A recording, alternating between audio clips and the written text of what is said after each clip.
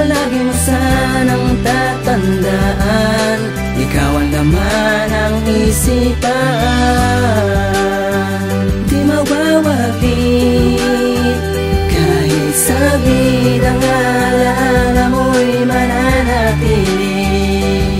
Di ko lubos ang maisip ang nangyari sa iyo kaibigan, na walang ka na pag-asa, bigla mo na lang kami ngayong iniwan. Dahil ba sa mga dahilan ng problemang hindi mo na kinaya, kaya nagpasya ka, sarili mo ay ipaubaya mo na lang sa itaas ang paghinga mo ng malaya. Masakit sa amin magparaya na wala ka na ngayon. Yung Gerald na kausap ko at kainuman pa noon, ngunit parang isang tanong na sa hangin ay binulong, na senyales na pala yun, nakukunin ka na ng Panginoon. O sadyang mapaglaro lang talaga ang panahon, at sana'y matahimik ka kung nasaan ka man ngayon, dahil di namin malilimutan ang mga masaya mo na nakaraan. Bagkus marami ka mang iniwan na nagmamahal sa'yo, marami ka man pinaluha, dulot na pagwala mo ay mananariwa pa rin ng matamis na alaala mo sa iyong pamilya at kapatid at sa mga magulang mo. Nasaan ka ngayon?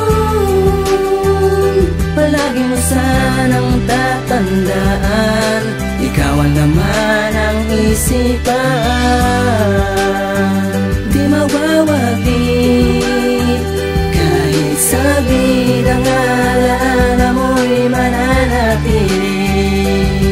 At kahit na wala ka na, para sa amin buhay ka pa. Buhay pa yung mga ngiti na minsan nang nagpasaya, sa mga tropa at barkadang nakausap, nakasama, nakasamang nakausap mo nang ikay nasa baba pa. Ngayon litrato mo na lang ang tanging alaala, at kapiling namin sa tuwing ikaw ay naaalala. Di matago ang lungkot at luhang balot ng puot, na may nagluluksang tanong at di mahanap na sagot, na tanging sa sulat mo na lang ito pinaabot, na ang huling paghinga mo ay dito na malalagot.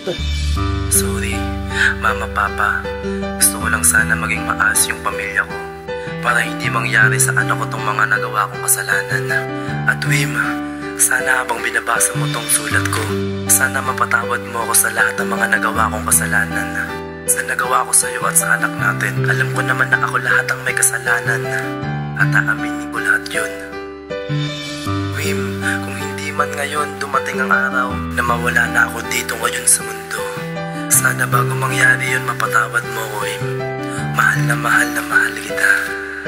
Sana ay sumaya ka na sa piling ng mga anghel habang umaawit ng harmonikang magpapagaan ng kalooban. Huwag mo kaming alalahanin, masakit man sa amin ang paglisan mo. Darating din ang panahon, tayo ay muling magtatagpo sa mundong wala ng mga suliranin at mabigat na pasanin. Huwag kang malulumbay kung nasaan ang luha. Nasaan ka ngayon? Palagi mo sanang tatandaan, ikaw ang laman ng isipan. Di mawawaglit kahit sabid ang alaala mo'y mananatili. Nasaan ka ngayon?